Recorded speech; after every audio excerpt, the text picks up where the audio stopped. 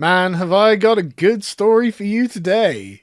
Meet Rachel Millward. Now, she seems like a completely normal person from Middle England. She is married, she's got two children, she lives in Sussex, and she is a councillor for an area in Sussex.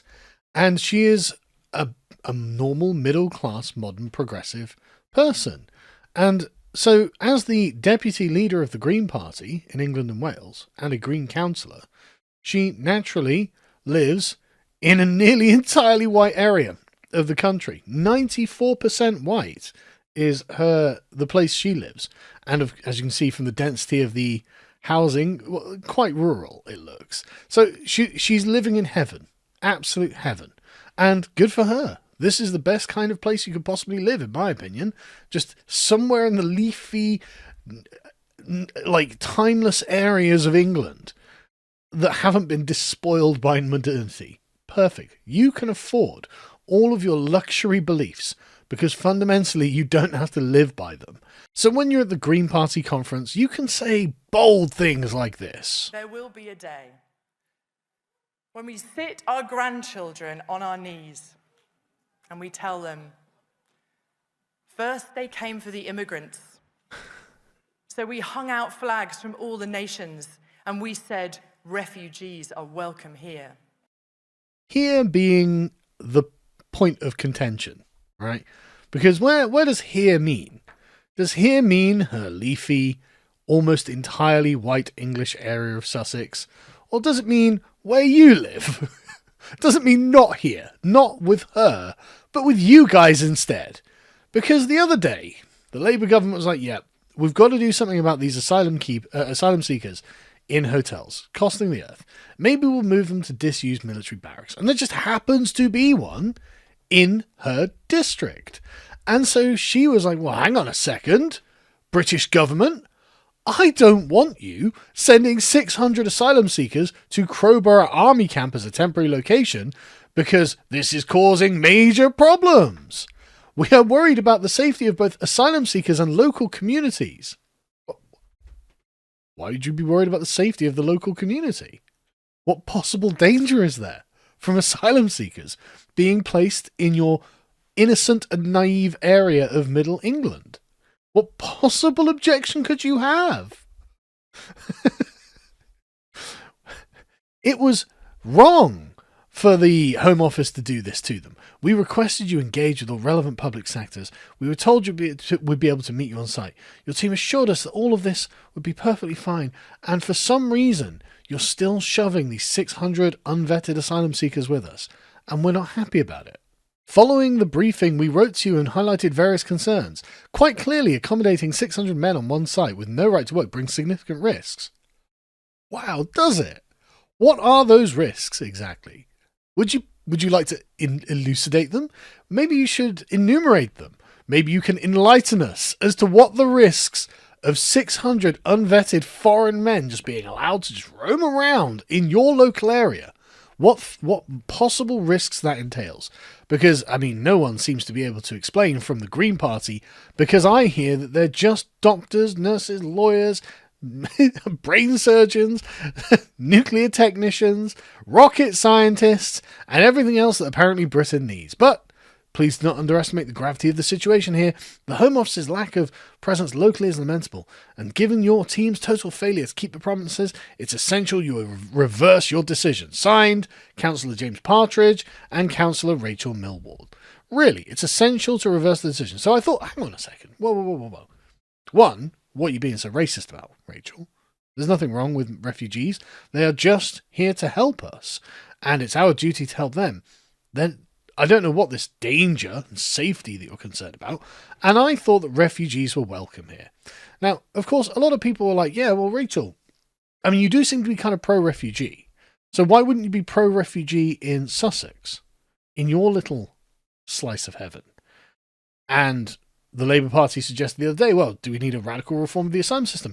Like maybe the Denmark model to keep them segregated away from wider society? Just, hell no. And I think we need to radically reform our asylum system. We've got horrific backlogs. It's not necessary. We need safe and legal routes so people can seek asylum before they get here.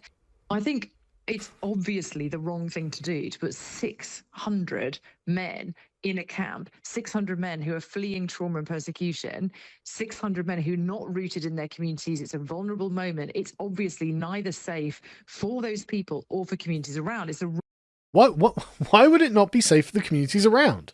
You're not suggesting that these men might do something, are you? These men fleeing trauma and persecution. They're not going to rape anyone, are they? They're not going to murder anyone. I mean, come on. Maybe the people of Sussex could open their hearts and open their houses, open their lives. If you're right, the military camp's probably not suitable. Maybe you should just gin up a spare room each. I'm sure you guys have got houses big enough to have spare rooms. So maybe you should just do your part. It'd be the right thing to do.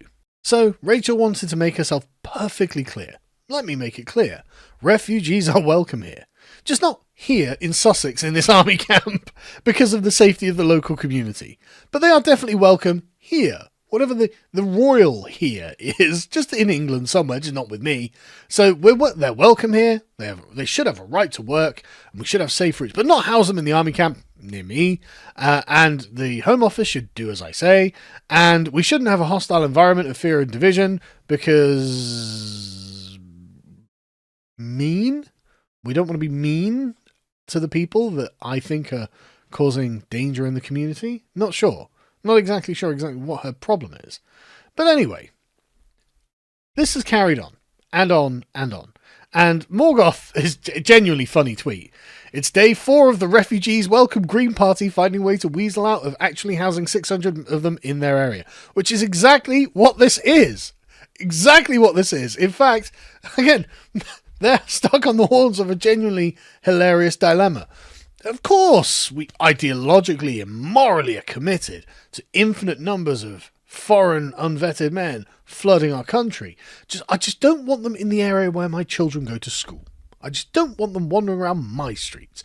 I'm happy for them to wander around your streets. If it's not near me, that's not my problem. That's your problem, because I'm morally superior to you. And man, look at the eyes on this. Just Jesus. But it's just so good. Fundamentally, I do not think we should be housing asylum seekers in camps. And people say, well, what should we be doing? And I'm like, well, asylum seekers should have the right to work. And that would mean that people could come and they could integrate into our society. They could bring skills that we need, actually. There are doctors and surgeons and, I don't know, barbers and all sorts of different people. And they could come and bring those skills and integrate into our society and then pay their way and have that dignity. And honestly, the idea that she thinks these people, doctors, surgeons, and barbers. That's right, we've got a lack of barbers in Britain. I know that your local high street might have about half a dozen Turkish barbers. You might think, we only had one before. How much hair are these guys actually cutting? Don't get me wrong, they do a lot of grooming. I appreciate it. This is so comical, it's so clownish. Like, I can't give a straight face. There's no way to believe the double thing. It's like, look, we need the doctors and surgeons to come over. However, they are a danger to the local community. They are welcome here, but just not here, somewhere else. And that's fine. And this is what I believe. Asylum seekers are welcome here. They're welcome here. And man, there was a surgery in their constituency, and the locals were like, you know what? Bullshit. And this one particular woman absolutely gave her both barrels. It was so good. And we're just going to watch it and try not to laugh over it. My second question is actually directly to you, Rachel. It does actually go to you as well, James. You did a video the other day, Rachel, saying that all of these people, doctors and engineers and surgeons that are coming here, and we should give them the right to work. Now, firstly, engineers, doctors and surgeons do not come from France on a dinghy and throw their medical certificate overboard.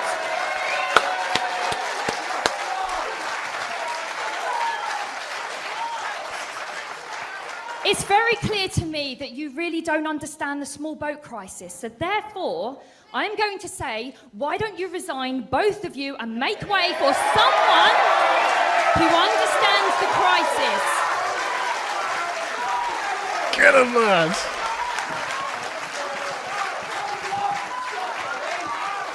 It's not a joke, Rachel. I'm serious. You do not have the capabilities to do this. You don't understand the small boat crisis. Step down, both of you, and let someone else take lead and actually get us what we need and represent this community, because you don't. Brutal. Absolutely brutal. I love every second of it. And, of course, what's she going to do? No, guys. We definitely need these 600 asylum seekers, because, of course, they're doctors and brain surgeons and whatnot. But I have already conceded that it's dangerous and unsafe to just let them wander around. And therefore, I have to object on the technique. Oh, it's the army camp. They shouldn't be in the army camp. Well, should they be in a hotel? Should you be taking them into your own homes? Oh, they should be allowed jobs. What do you mean jobs? Who are these people? They threw their qualifications in the ocean or something. Ridiculous. And again, all this is doing is highlighting the fundamental hypocrisy of the sort of virtue signalling Middle Englander, the Green voting or Lib Dem voting type, who know that they can get brownie points by saying, "Oh, I'm so progressive," with their little progressive friends. But the second that reality comes into contact, they're like, "Well, nope. Refugees are welcome, just not in my community. Thank you very much. But don't mistake me, refugees are very definitely welcome." Love it. Love everything about this. And I love the people who are just not having any of this.